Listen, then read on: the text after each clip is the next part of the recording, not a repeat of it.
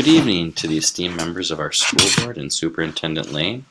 My name is Andy Carlson, and I'm the principal at Thomas Roberts High School.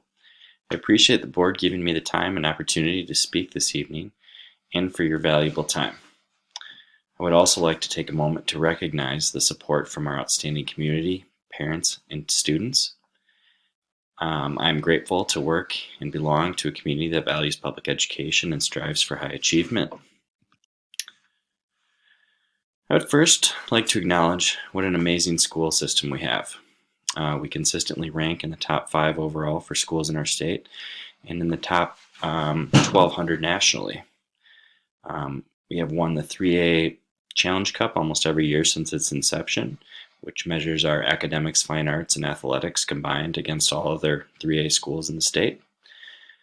These are all great achievements, and a lot of schools would be very proud of these, as we are. I'm sure we could rest on these laurels and pat ourselves on the back. We could be complacent and call it a day. But we all know that that is not the Decor way. I'm here tonight to tell you that there's still room for improvement. We should always be striving for better and more effective ways to enhance our learning and learning environment. This evening, I would like to talk with you about our current teacher supervision and teacher evaluation processes. What I will do is walk you through our current process and then how I believe that we can possibly improve upon that. I'm sure you're asking yourself, what does that have to do with our learning and learning environment? Well, it actually has a lot to do with both of them. Think about your current job and what it was like to be brand new there to a profession or just in your job. Did you have support? Was someone there to show you the ropes or how to do things? If not, then I would be willing to bet that you wish that you had someone to give you a hand in your new role. Today across our country, schools are taking a long, hard look at how they are evaluating teachers. We all know the importance of having excellent and effective teachers, as their teaching makes for better and more effective learning. By improving our evaluation process, we help our teachers, who in turn help our students. By continuing to build better systems, we are telling our community, parents, and students and teachers that we're always looking to improve upon our current methods. Chapter 83, in case you're not aware of that, of the Iowa Code explains how our schools must conform to our Iowa teaching standards and laws. Chapter 83 requires schools to have a mentoring and induction program, a comprehensive evaluation and intensive assistance plan, as well as a summary performance evaluation, a teacher quality committee, and the teacher leadership and compensation program. Many of you are familiar with most of these and know that we are currently implementing these into our schools as we speak. As of this moment, our current handbook does a great job of addressing these. The mentoring and induction program, comprehensive evaluation, the Iowa teaching standards, and the summative performance evaluation. There are certain areas, though, that we could probably clean up as far as the language is concerned so that we're 100% aligned with Chapter 83. I also believe that it is important to discuss these minor oversights before we discuss how we can improve upon our current practices with some new initiatives.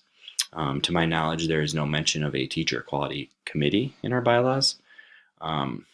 Even if we have a teacher quality committee, there's no mention of it in our current plan, and it should be mentioned by its specific name to ensure that we're following Chapter 83. Our next slide is going to talk about some issues that we currently face. There are a myriad of issues with regards to how evaluations are done today across, not just our district and state, but the entire country. Most principals are overloaded with the current amount of work on their plates. It's difficult to find time to consistently watch teachers teach. An average teacher teaches 900 lessons a year. That means the principal isn't present for roughly 99.9% of the teacher's lessons. So does it really seem fair that either party, are only seen or are judged on 0.01% of those lessons that are evaluated?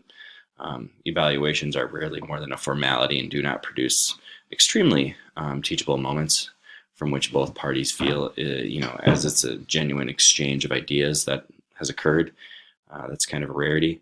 Another universally accepted fact is that behavior by students and teachers changes with the presence of an administrator. So it's not as if they're actually getting a genuine experience. Another big disparity in teacher evaluations or visits is that they're typically short in length. With our district going to block scheduling last year, it's hard for a principal to commit to an entire 85-minute lesson.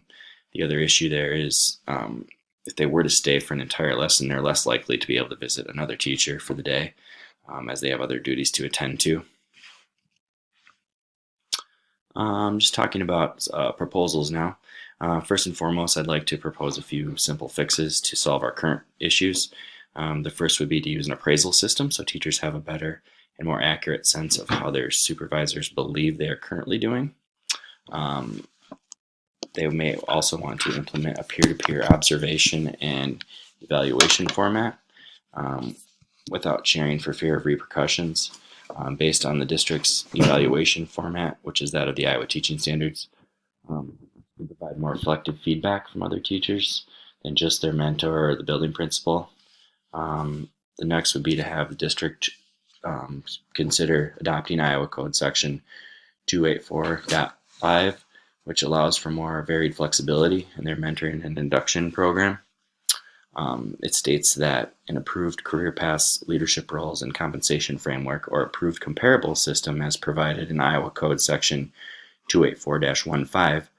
This means that there are more ways to meet licensure requirements for prospective teachers, thus giving the district more flexibility in hiring and retention.